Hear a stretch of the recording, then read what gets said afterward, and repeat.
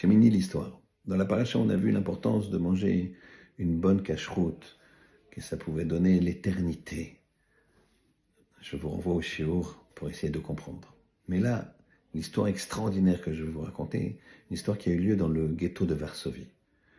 Le petit garçon de cette histoire qui a 10 ans, quand il en avait 70, 80, il me l'a raconté lui-même.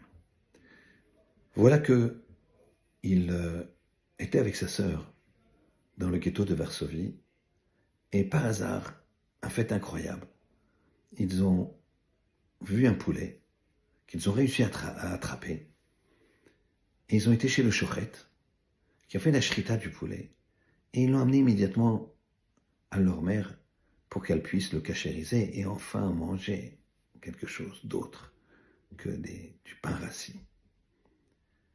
Voilà que la mère, en le cachérisant, a trouvé un problème de cacheroute dans le poulet. Et elle a dit, ça va être difficile de manger ce poulet, j'ai une question sur ce poulet. Mais je ne sais pas si ce point-là, qui est apparemment un défaut, permet de le manger, si ce poulet est caché ou pas. Il faut le montrer au Rav.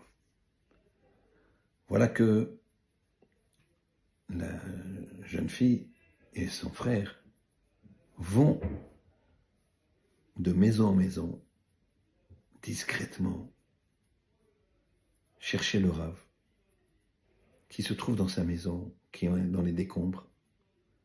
Et à la lueur de la lune, ils se sont dirigés vers lui la nuit pour éviter des problèmes avec les nazis, Marchemam.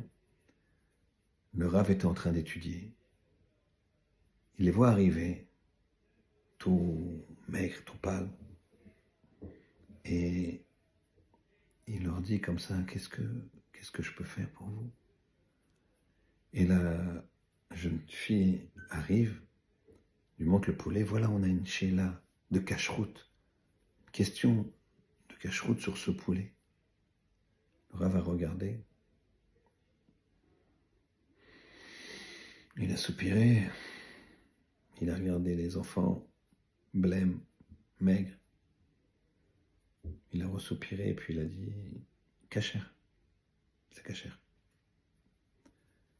Voilà que le jeune garçon, il s'appelait Shmuel, très fou de joie. Ils reprennent le chemin du retour. Et là, quand ils arrivent vers la maman, le garçon il dit, maman, fais vite chauffer le plat. Le poulet est cachère. Le Rav, il a dit que c'est cachère. Il se tourne vers sa sœur. Vas-y, donne le poulet à maman. Et la sœur regarde son petit frère et lui dit, le poulet, il y a longtemps que je l'ai balancé dans la rue.